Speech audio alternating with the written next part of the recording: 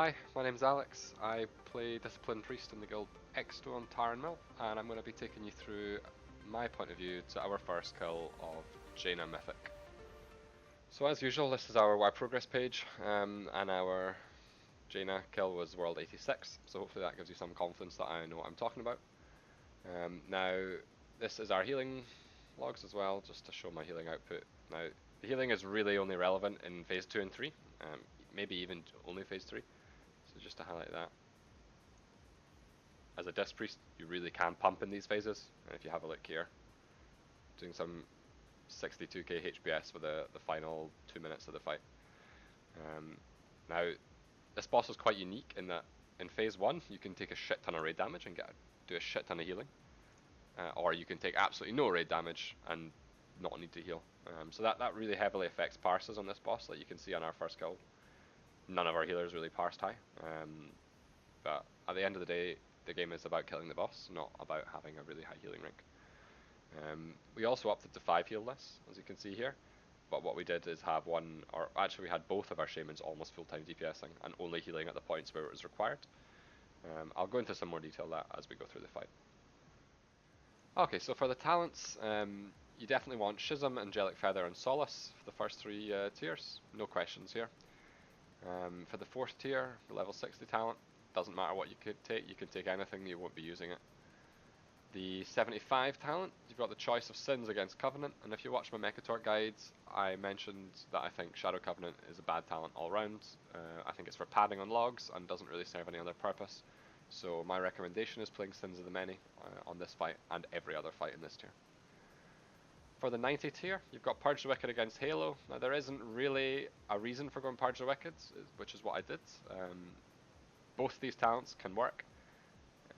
For me, Purge the Wicked was just a bit more convenient. There is quite a few targets you can multi-dot throughout the fight, which is handy. And Halo is just, it's a good talent, but it's a bit bursty for this when we have consistent damage throughout all the hard healing parts of this encounter. So last tier is of course Evangelism, with no question asked there. Now Jaina as a fight is quite unique in the fact that you need a lot of macros. So I'll recommend a couple. Your raid leader or your guild or whoever will probably suggest these to you anyway, but there's some really important ones. So Cancel Bloodlust is pretty standard. If you don't know how to make these macros, they are on screen, but they're very simple as well. You can add all the other variants of Bloodlust in here if you're going to use them as a raid. It's really important that you're able to quickly cancel your Bloodlust in this fight, because it's crucial to the strategy, which I'll mention when we go through the video. Now, a couple of other macros that you need is in phase 3, if you get the Siegebreaker on you, depending on your guild strategy, you may be trying to suicide yourself so that the damage doesn't go off. Now, it's quite a bit after the early kills on this boss, so you can quite easily kill this without having your Siegebreaker suicide.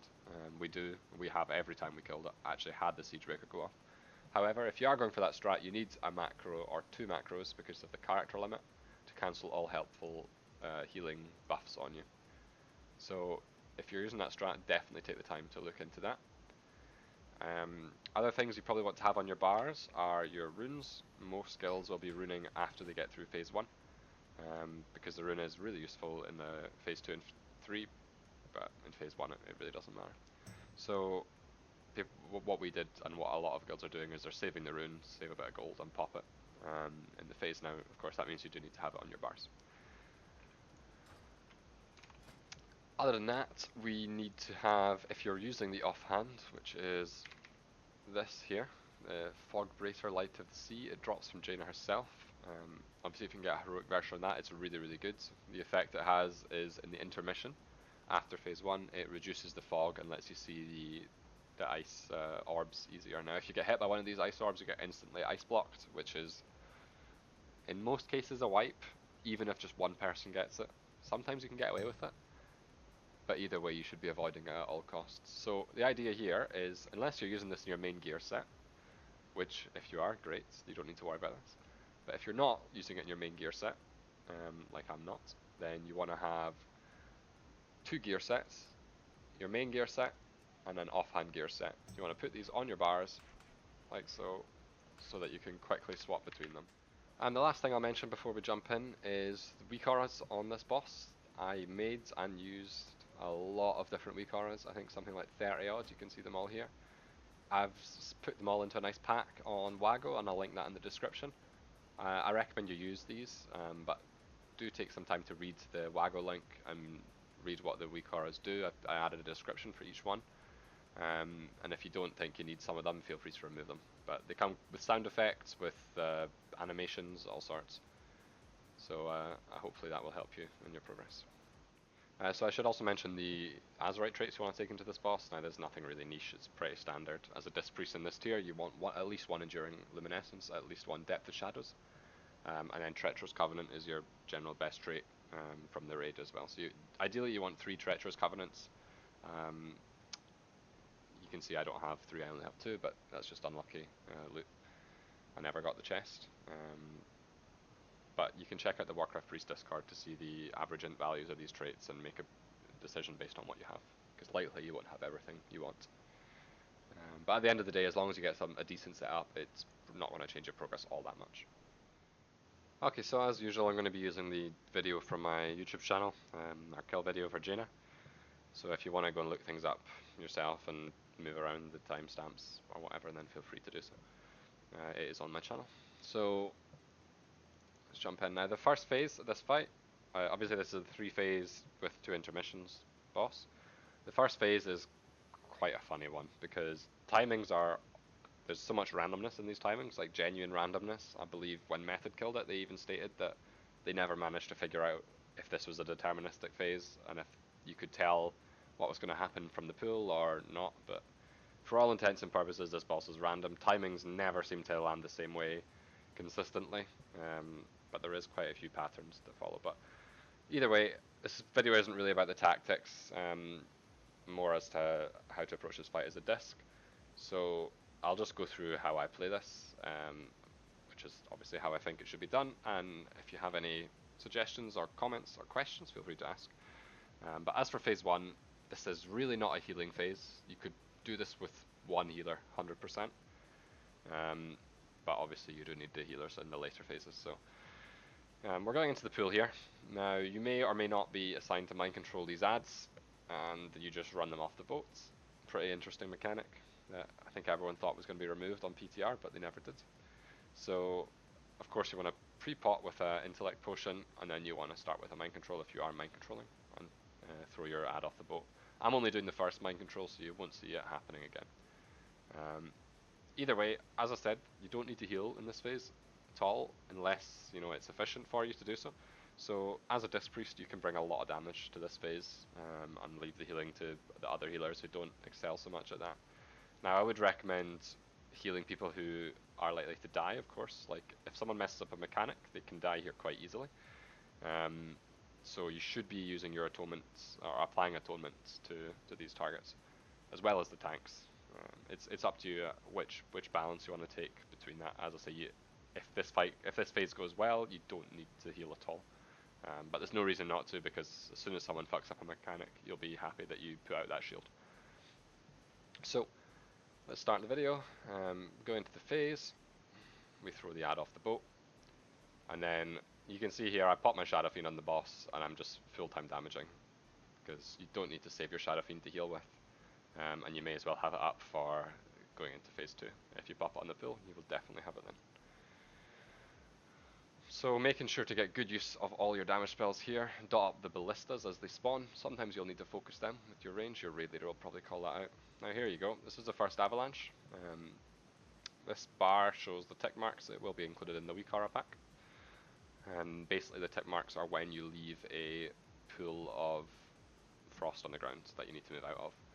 Now for people coming into this fight, you may not realise, and this we definitely didn't realise this, is that the main concern of getting hit by avalanche is not how quickly you move out of the circle, but it's the travel time. You can see right now I'm relatively far from the boss, so I can take my time moving out. However, this guy here, he cannot take his time. He's got to fucking run. So you'll see me take some stutter steps and try and position these smart. You don't want to get too far away from the group, of course, because you don't want to end up in an ice block. So let's go. Hopefully I'll stutter step smart like I said. Yeah, so this is quite nice. I'm not getting too far away, and I can just loop back in. And here you saw the frozen debuff coming on. And I have 6 seconds from this point to get back into the group, otherwise I'm an ice block. But hey, I've got no distance at all to travel, it's not a problem. And at this point on the first avalanche, you only need to be stacked with one player. Anyway, you can tell that from this bar down here, which has these 2 tick marks on it. Now if the bar is in this section, you only need to be stacked with one player to not get ice blocked. If it's in this section, it's 3, and if it's in this section, it's 5. So it does get a little bit more tricky. I'll talk about that in a little bit as well. So anyway, we're running back in, joining up with the group. Now, one really important mechanic as a healer on this phase, and this does kill people if you fail it, is the Grasp of Frost. So this is a cast that Jaina does. You can see a weak aura here, again included in the pack. As soon as this cast finishes, she's going to apply roots to the raids. Now, it's a bit funny because sometimes these come instantly as soon as this hits 0. So in the next, basically in the next frame from this point in the video. But sometimes there'll be a delay of 1.5 seconds. I'm not sure exactly how long. But you can always tell it's coming on the target because the chilling touch debuff, that's the main mechanic of the fight one, that's applied by this debuff every second it's on the target, but it actually gets put on the target before the roots is applied, before the Grasp of Frost is applied. So you can see who to dispel in advance of it coming. And there's 2 situations really. One, it instantly roots that target and you just have to be quick. And 2, it puts chilling touch on, and then you have a second delay, and then you dispel when the roots come. So we'll see what happens here. They were both instant, so you can see I tried to dispel there. I tried to dispel him first. I didn't get it. Someone else already did it, and then I tried to dispel the druid here.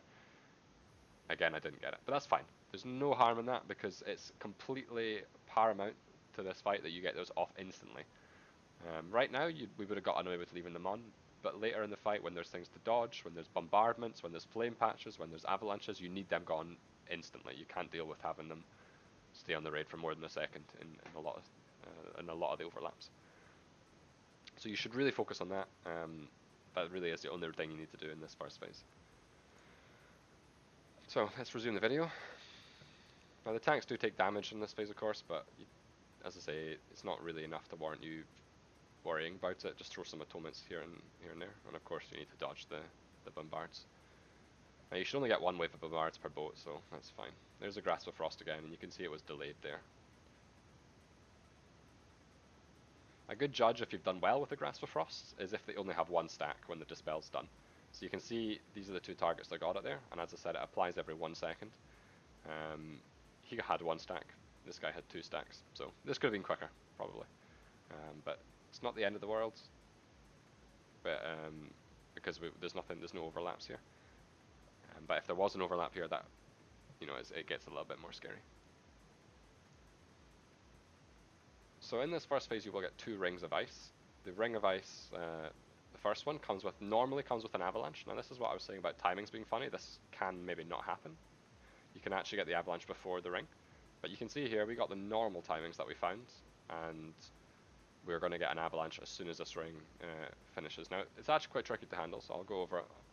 But the ring of ice, you need to get into the fire, or you can do the master spell strategy. Now the master spell strategy relies on you having 4 priests, and you all just stack up and master spell all at the same time.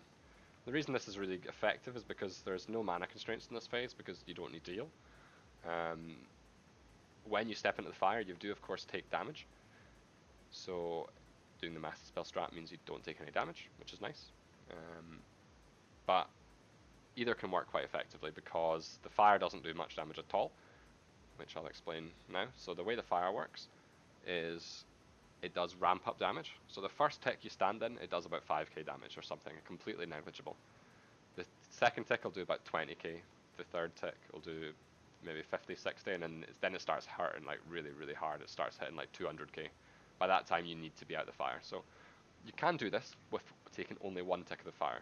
Now it's tricky. But you can see that there's 0.4 seconds left on this ring. I'm still not in the fire, and I'm going to get in before, so I'm cleansed of the root. You can see at some of the raids, they are already in the fire, which is fine. But if you watch what I do, I will only take 1 tick here of the fire. In and out.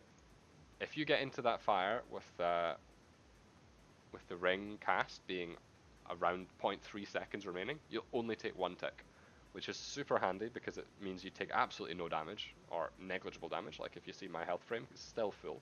Meanwhile, a lot of the raids have dropped to 80%. Now, 80% doesn't seem like much, but if they take in another tick there, which a lot of the time people did, you maybe see it later in this video, then they're 50%. And then you can die from a freezing blast or getting an avalanche tick. So do yourself a favor. If you're quick enough to get in on the 1 tick on the fire, you should always do that. It's quite hard to repeat all the time, but I would recommend trying it. And worst case scenario, if you fail it, you either get in the fire too early, you just take an extra tick, it's okay. Or if you get rooted, then you can dispel yourself because you are a healer. So if you're finding that you're failing it consistently, then maybe forget about it, but I would recommend giving it a go. So the normal timings here, this is the hardest to deal with, is when we get the avalanche after the ring. So the avalanche, you can see now it's just gone out, we've just cleansed the raid, a couple people are still in roots, not sure why, maybe they failed to get in the fire. Either way, we have 3 avalanches now, and we also have this full bar, so that means you have to be stacked with 5 players at once. So those 3 players going out, they are going to get the frozen debuff going on them, and they're going to have time, 6 seconds that they need to get back to the group.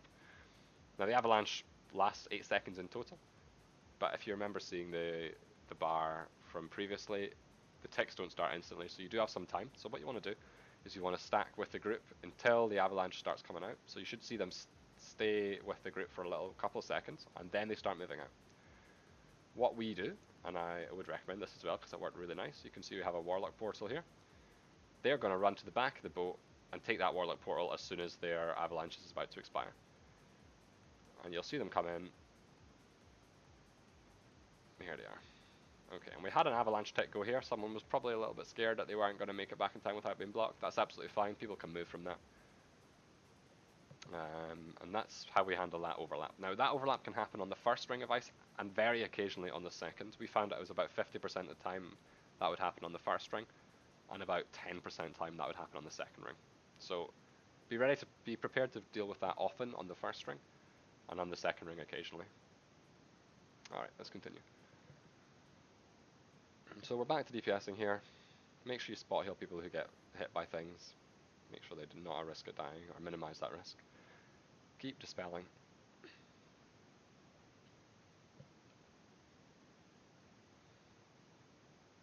And then you keep up your DPS.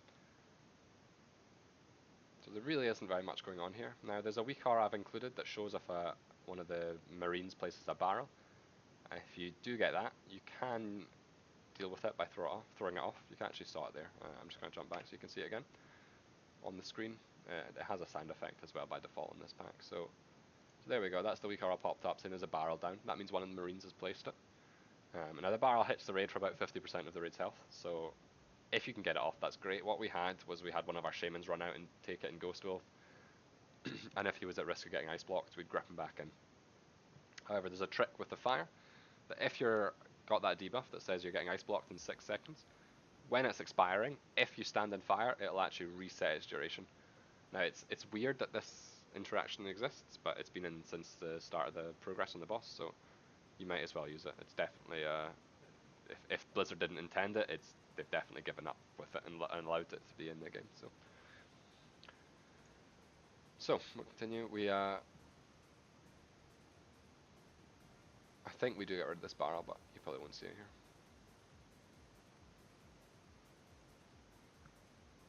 Now there's no reason not to remove your chilling touch stacks by just standing in fire periodically, because the damage is so low from just 1 tick. Here's another ring of ice, and getting in at the last second for 1 tick of fire. You see there, our mage is on 20%. That's completely avoidable. You actually got life cocooned here as well, you can see the absorb.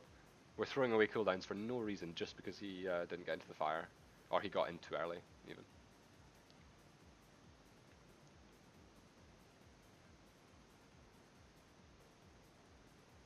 But there is a certain element of you can do what you want in this fight as long as you don't get hit by things. In this phase, even, I should say. As long as you don't get hit by things. Alright, now we're approaching 60%, which is the intermission start. There's a weird mechanic as well that when she hits 60%, she does like a frost nova around her that just applies 1 chilling touch stack. So you don't want to be in melee. There's a weak aura to alert you for that in the pack as well. And you do want to make sure you reset your stacks before this intermission happens, okay? Because as soon as she hits 60%, all the fire disappears. And if you're on 2 or 3 stacks going into the intermission, that means you're 11 or 12 stacks at the end instead of 7 or 8. So you really want to avoid that. So that's why I reset my stacks here, and most of the raid has done so as well. You can see our Shaman still has his, but he'll no doubt be resetting those in just a moment as well. And also here is the weak aura saying run out of melee because the boss is on 61%. So you want to make sure you're not getting that extra stack. Just help your healers out. And there. Okay, so I'm going to talk about what you need to do at this point going into the phase. Now,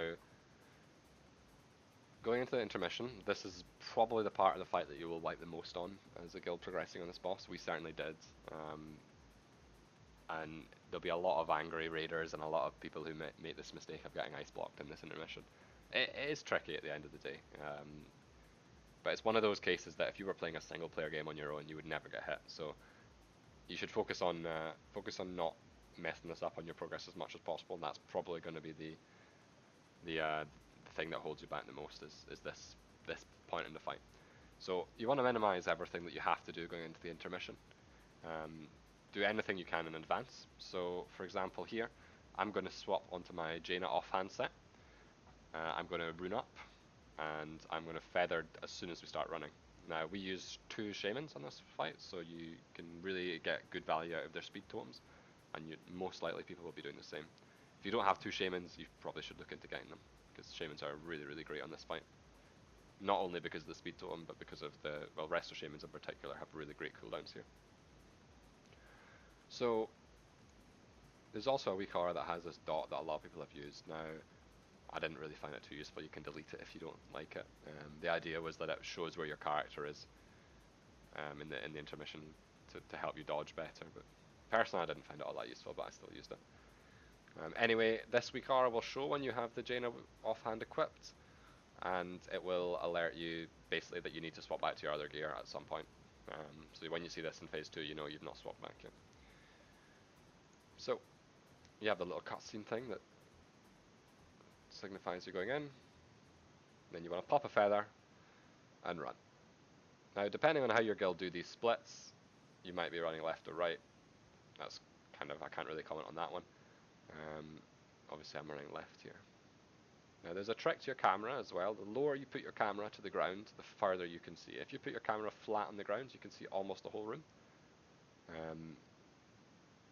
Obviously it's hard to control your character with your camera flat on the ground, so there is a happy medium. But you can see here my camera's pretty high up because I've got this Jaina offhand and it's pretty easy to see with that. Now here you see our tank got frozen, and I said that it's probably a wipe if someone does. We actually managed to recover this obviously, but it does make things a lot more difficult, so try and not get frozen. You don't really want to heal in this phase, you want to just DPS until you come to the end. Now, as always in my guides, I'll just tell you how I use my cooldowns, and if you disagree with it, then you can change it up yourself. But when we get to the 4th ad, or the 5th ad dying, you can see from Bigwigs here, ad killed 5 out of 5, so that means I know we're going into this phase very soon, as soon as someone kicks the boss. So what I do is I pop my Rapture, and I'm actually going to be ramping up with Evangelism here as well. But I pop my Rapture, and as we're running to the boss, I'm going to get the value out of that by spamming instant cast shields. Now, the raid's on high stack, so they're not going to go to waste, and it allows me to get back into position while healing. So we have to leave this block as well. Now at this point you're baiting the Ray. It's a bit odd because a lot of the time the boss is miles away from you, and the Ray is you can't really bait it into the wall, so here I'm pretty sure I get it, and I just move out of the way. Make sure you put your Rapture shields on the targets that get the broadsides. You can see they've just been dropped off there. And then you want to double Radiance, Evangelism, and Shadow Fiend. At this point, your whole raid should be focusing the Ordnance, so you just want to make the most out of your lots of atonements that you have out. I've got 18 just now, which is great. You want to make the most of that, get your Schism off early, get your Solace off, get your Penance off, and then start moving towards this barrel. At the same time, your tank's out there with the Avalanche, and these zigzags are coming towards you, the claws or whatever they're called. So you want to make sure you don't get hit by those. And really importantly, you want to get out of this barrel in time. Now something I noticed towards, or maybe after progress, is there's a nice trick with this barrel, that if you stay into the last second or two, you can actually skip getting a Chilling Touch stack. Because on Mythic, this Warmth debuff only lasts for 1 second, or maybe 2 seconds. It's very short either way, compared to like the 8 seconds it is on Heroic. You can your stats start going up quite quickly afterwards. So the longer you can stay in this, the better. But that being said, most guilds will have a lot of problems with people just standing in this and dying, because this is a one-shot on Mythic if you don't get out of this in time. So make sure you're out of it in time as a priority. But you can see here now, because I got out quite early there, I have 1 stack. The majority of the rest of the raid has 0 stacks. So it can ease up your healing if you stay in that to the very end, or 1 second before the end is probably a good judge. So ideally, move to the edge, don't run out until 1 second remaining, and you're then of course following the boss. Now there's nothing really to heal at the moment. Of course, when that barrel goes off, your raid damage just instantly stops, so you don't really need to heal. You should just continue DPSing the boss. It's not the most important thing in the world, because you're probably going to have to stop DPS at some point later, so we'll talk about that in a bit. But here we have another round of broadsides. You want to get atonements on all of them and just continue DPSing. Now we had a bit of a fiasco with our tanks, but I won't really talk about that too much because it shouldn't happen. Okay, so when you arrive here, you get these broadsides out, you break this barrel, and then you have a siege breaker. Now this siege breaker needs to wait. Problem with the siege breakers on Mythic is that when you run out, you're going to get ice blocked with that blizzard debuff and this extra bar down here. So this thing lasts like 8 seconds from the start, and as soon as you move out, you have 6 seconds till you get ice blocked. So it's important that whoever gets it stays with the group until 4 seconds-ish remaining. It's nice here as well because you're getting the bait, or the ray. You're going to bait the ray. So he can stay until the ray's cast and then run out with a movement speed ability. Now, as a priest, you will be gripping these targets back in. We had 3 priests, but this is my grip, so you'll see me grip him back in as soon as he comes back, or as soon as he runs out. And what I also do here is I'm going to use a double Radiance, and then Schism, and just offload some damage just to heal up after. Wasn't all that necessary, but the mana was there and the cooldowns are there, so I figured why not at this point. But if you want to save a bit of mana here, you can do 1 Radiance, or you can probably do 0 depending on your raid's cooldowns. So here's the Ray, there's the Siege Breaker, and there's the Life Grip. Okay, and now I'm going to do my double Radiance. You can see here people are quite low, but this is also going to be our Trank. There it goes off now. So you could save mana here for sure. But if you're getting an Innervate or something, you may as well use it. Okay, so that barrier warning was actually a mistake, we'll ignore that. But here's the broadsides coming in again. Now, there's a trick with these broadsides. We've messed ourselves up a lot by these people running out to the sides. What you actually want to do is put the broadsides behind the barrel. That's the ideal place for them, because the broadside rings are actually smaller than the barrel, so if you put them in there on top of the barrel, you'll be able to get safely inside the barrel, safely outside the broadsides, and not block off your exit paths, because of course you do need to get out of this barrel. So, barrel should die soon. There we go. And then we get to the edge, and hopefully I do it correctly this time. I stay in right to the end. There we go. That's how it's done. So we then have another Ray bait, and this is where it actually gets hard as a disc, and this is where you really want to have your cooldowns as a disc priest. So we bait this Ray. Now, the reason you want to have your cooldowns here as a disc priest is because every other healer has pretty much exclusively got 3-minute cooldowns for their major throughput CDs. Druids, okay, they can have 2-minute Trank, but most people are not using that talent on this fight. Other than that, like Healing Tide, Revival, Spirit Link, all 3 minutes. So if you use any 3-minute cooldown here, you're not going to have it for Phase 3. Now, Phase 3, you really want to have your cooldowns for. So that's why Evangelism is so great here, because you can use it here and still have it for the Phase 3. And the damage is about to get really high. So, we bait this Ray. This signals the start of your ramp up as a disc. So, of course you want to do a couple of Shadow Mends, then a couple of Shields, and I'm actually using Rapture here as well. Now the Rapture is just because it's off cooldown, you won't be using it again until Phase 3. So, get it out, get your shields up. Won't really matter which targets you put it on, because the stacks are high enough that it's going to be on everyone. Excuse me, it's going to be absorbed. The absorbs are going to be fully used. So you can see here I got the broadside, which is a bit unfortunate, but I'll hopefully make sure to put Rapture shields on all these broadside targets, and then do my double Radiance. and Evangelism. So, oh, I also need to take the portal, of course, because I need to break that barrel. Now, yeah, you can actually get away with doing this earlier because you have one more broadside than number of barrels. But I would leave that to your raid leader to call it, or if you have a plan in advance. Now, it's important that when you go to this barrel as well, if you do need to break it, you go with 3 players, because you can see here I'm going to get ice blocked if I don't do something about it. And this is the, oh, it's actually the 1 player just now. So you just need to stack with something. Now, I moved up here so I could get Radiances out, which was definitely a good choice, but I will need to move back to avoid getting blocked. So here come the Radiances. And this is a pretty weak Evangelism, actually. Now, it's not easy when you have to do the running, but I could have definitely done better there. So ideally you want to be on 18, 17 here. And then the more recent kills I was, which is nice. But either way, try and do a better Evangelism job here than I have, even if you do have to run the broadside, because I definitely missed out on a lot of healing here.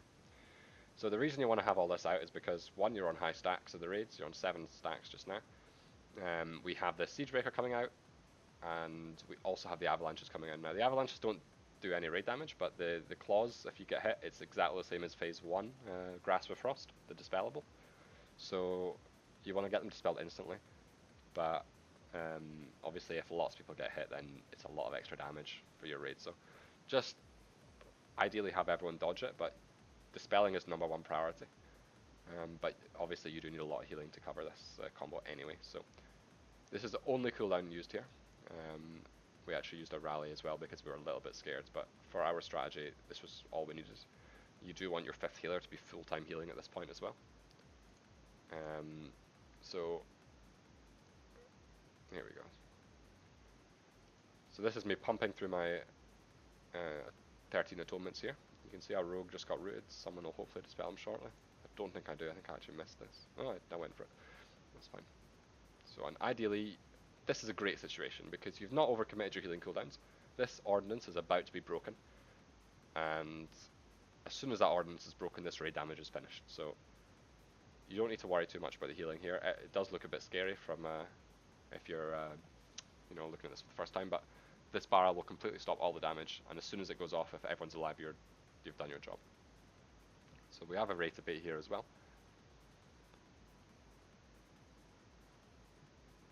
And there's the ray bait out, so you just move away from that. And people do get low here.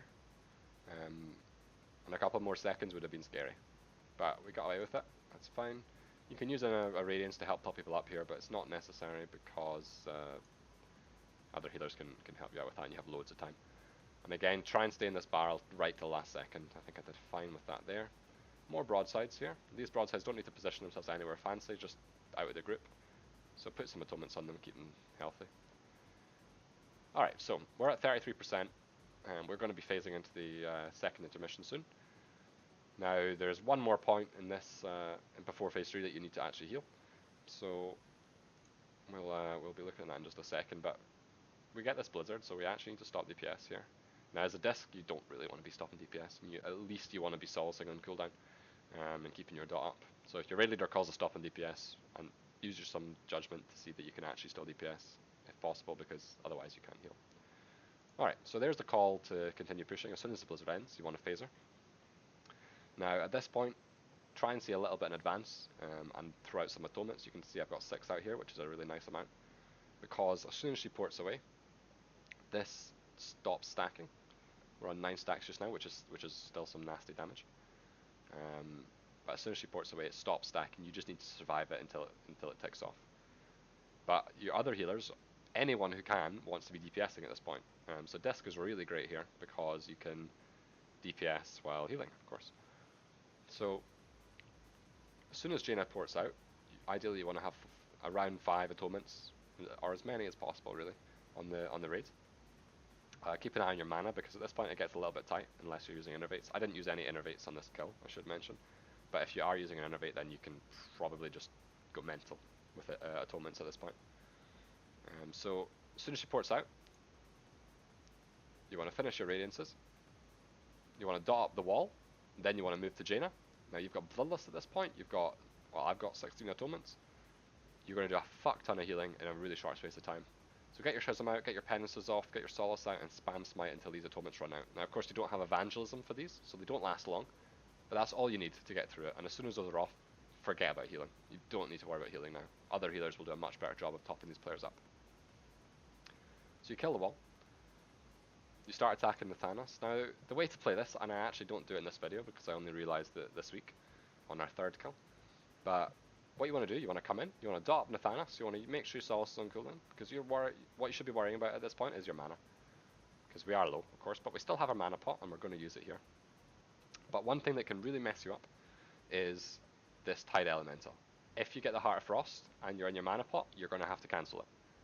Which is really, really bad, because if you go into phase 3 with no mana, you're probably wiping. This actually happened to me last raid on our third kill, that I had to cancel a pot, which was, yeah, it was really bad. So here I think I actually delay the pot until I notice it's on me. But what you should be doing is looking at this Tide Elemental cast bar. Now there's a weak aura in my pack that will show you if the boss is casting Heart of Frost on you, or if the Tide Elemental is casting Heart of Frost on you. So as soon as you see that cast go off and the Heart of Frost isn't on you, you instantly start drinking your mana pot, and that will be just enough time to finish it. So I think I actually get it here. No, I don't. So what I did on this kill, you can see it's casting Heart of Frost. So this means it's not on me. I don't have the weak aura popping up. I'm 100% safe to be inside the group and drinking. But I moved out for safety because that's what I thought was the best thing to do at the time. But do what I mentioned, and it's definitely much better, because you'll see why in just a moment. Now the Thanos should die really, really fast, because you've got this thing coming at you. It does need to be stopped. And at this point, you want to cancel Bloodlust. Now there's another weak aura. In fact, there's a set of 3 in this in the pack. One that reminds you to cancel your Bloodlust. It pops up, makes a sound effect, and jumps back and forth. There's a count on the raids that shows up here. You can see we've got 14 left on the raid, and if we continue playing, there's another one that's going to show up here that's going to say the remaining 5 players who've not cancelled. This was just so you could call them out, tell them to cancel, because if you don't cancel and Jaina's ice blocked, you're wiping anyway. Okay, so we're going into phase 3 now. The first thing you want to do in this phase, you don't need to use grips apart from at the very start. You maybe won't be assigned to it, but I was to gripping the Hunter, who is interrupting Jaina. Now, if you haven't seen World First videos and stuff, or you haven't seen how the strat goes, basically a Hunter will turtle, run through the ice patch. When the ice patch disappears as Nathanas dies, the Hunter will cancel his turtle, kick Jaina, so that you can start the phase immediately. So what happens is, of course, Hunter running out, takes the Warlock Portal, ends up kicking Jaina, then he gets the I'm getting frozen debuff on him. So it's really important that you run out there and grip him, because he won't be able to get back on his own, and he will end up getting ice blocked. Now on our kill, something kind of happened with our Hunter. I'm not sure what exactly, but he, as you can see, he's ice blocked in Africa just now.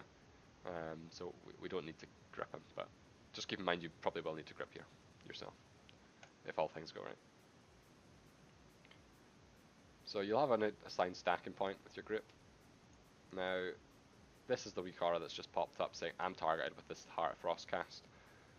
It's really important you react to this weak aura and not the debuff on you, because you only have 1 second from the debuff going on you to actually ticking your Heart of Frost to nearby players, which isn't enough time to move out. So you need this warning to be able to move out in time. So I should hopefully react to that very quickly and get out just now. Okay, a little bit slow, but that's fine. I've got until this tick mark to have been out the raid, so I was out in plenty time. Again, all these weak auras are included in the pack. Now, there's a couple ways you can play this phase with the cooldowns. These cooldowns work really nicely for me, and I have a weak aura pack that I'll link that has an announcer for them, that will keep you right if you want to use this the same timings. The way I do it is I start off with a double radiance here, and the reason for that is because we have to run and soak the orb. Well, if you don't have the Heart of Frost, you do anyway, which will be the majority of pulls. So if you get your double radiance out before that, then you can just DPS, and a lot of that, of course, you can do while moving, which is great. So you'll see me here. I did just get the warning from a weak aura. That's the timing to do double Heart of Frost. Sorry, double radiance, excuse me. So I'm casting the first here. I'll cast the second soon after. But one thing to note is there's a sweet spot with this Heart of Frost. You can see this circle around me. That's the you're getting frozen circle. Get people in range. That's my timer there, and I've still got Heart of Frost for a long, long time. So if you panic in the moment, these tick marks can be really handy, because what you can do is you can just run into the group between a tick mark and then run out, which is what I do here. But there is also a sweet spot that you can just stand full time, where you're in range of not getting frozen and out of range of the Heart of Frost. Either way, the orb's also going off just now, so if I didn't have this Heart of Frost, I would be standing in it. But I'm going to be doing my double Radiance, and then back to DPS in the boss. And there I just ran in between the tick to make sure that I wasn't getting frozen. Now my Heart of Frost is off, I can join back up to the group. You need to be careful here because your tanks will be dying and taking Ankh totems, so make sure you're not healing them. They should be cancelling hots anyway. But like, it would be really stupid if I started shadow mending him or something. That's going to really hurt our chances of killing this. So just make sure you're aware when tanks are trying to die, and don't heal them at that point.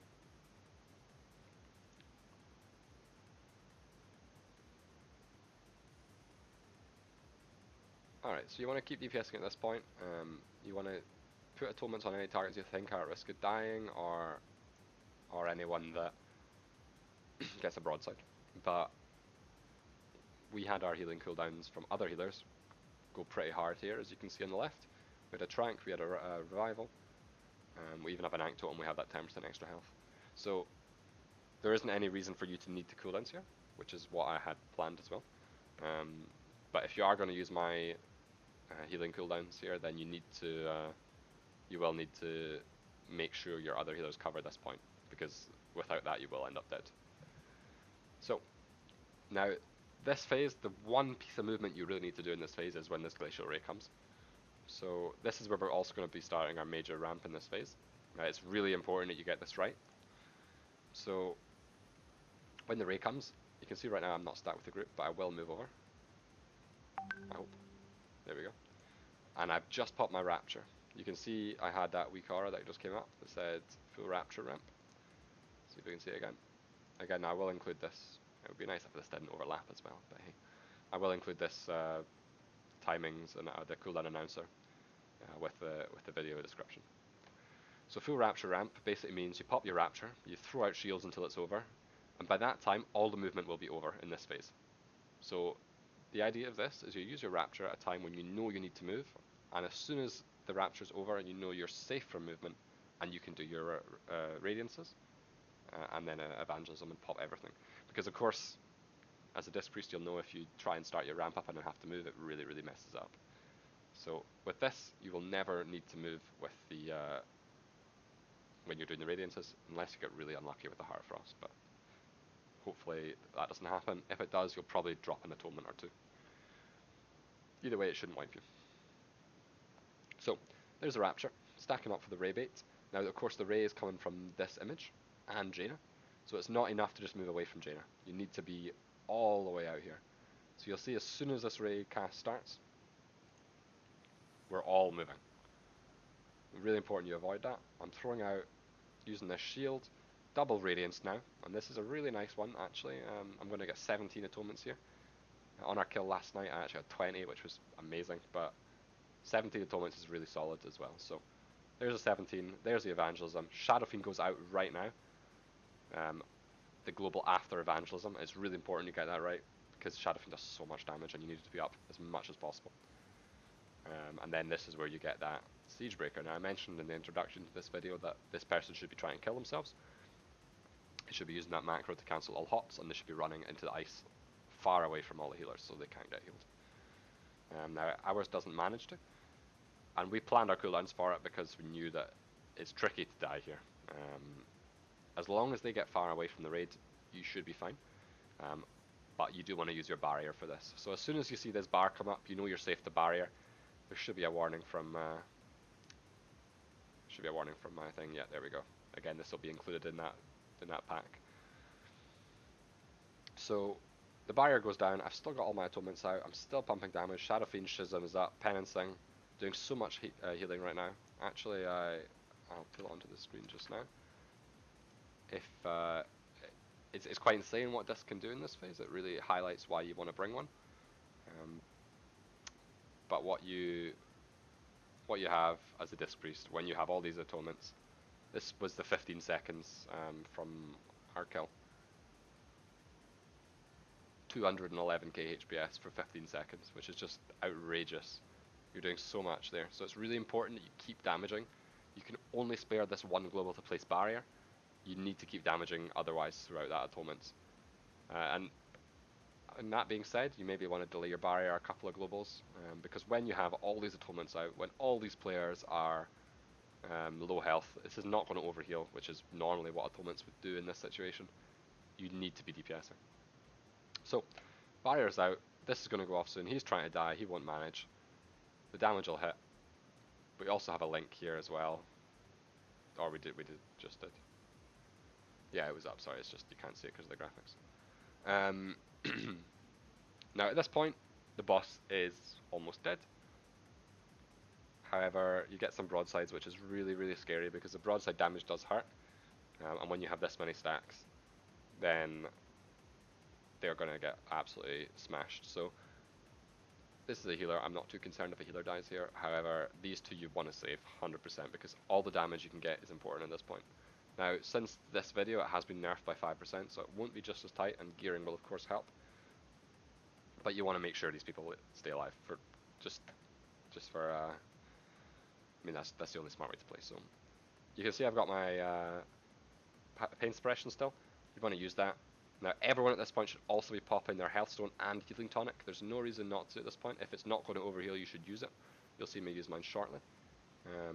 Throwing up my pain suppression on him, doing a single target heal on him, trying to keep everyone. You only need to focus on the low health people here. Now, as soon as the low health people are safe as well, you have another radiance you can use. To be honest, I'm not sure if I do, but definitely should be using that as well. There we go, I'm actually going to use it, that's great. So, at this point, it's kind of all in, kill the boss. It's almost like everyone's going to die now. You really need to push it. Any cooldowns you have left, you want to use them. And try and finish the boss before she finishes you at this point, because these ice lances are going to fuck your rate up. You really need to kill the boss before they go off. And I think we just kill it after, from dots. So, that is the boss dead. So I realise that's probably going to be a really, really long video, and if you've made it to the end, well done. I hope this does help you on your progression, and if you have any questions, as always, feel free to drop something in the comments, or even just give me a message. Thanks very much for watching, and best of luck with your progress.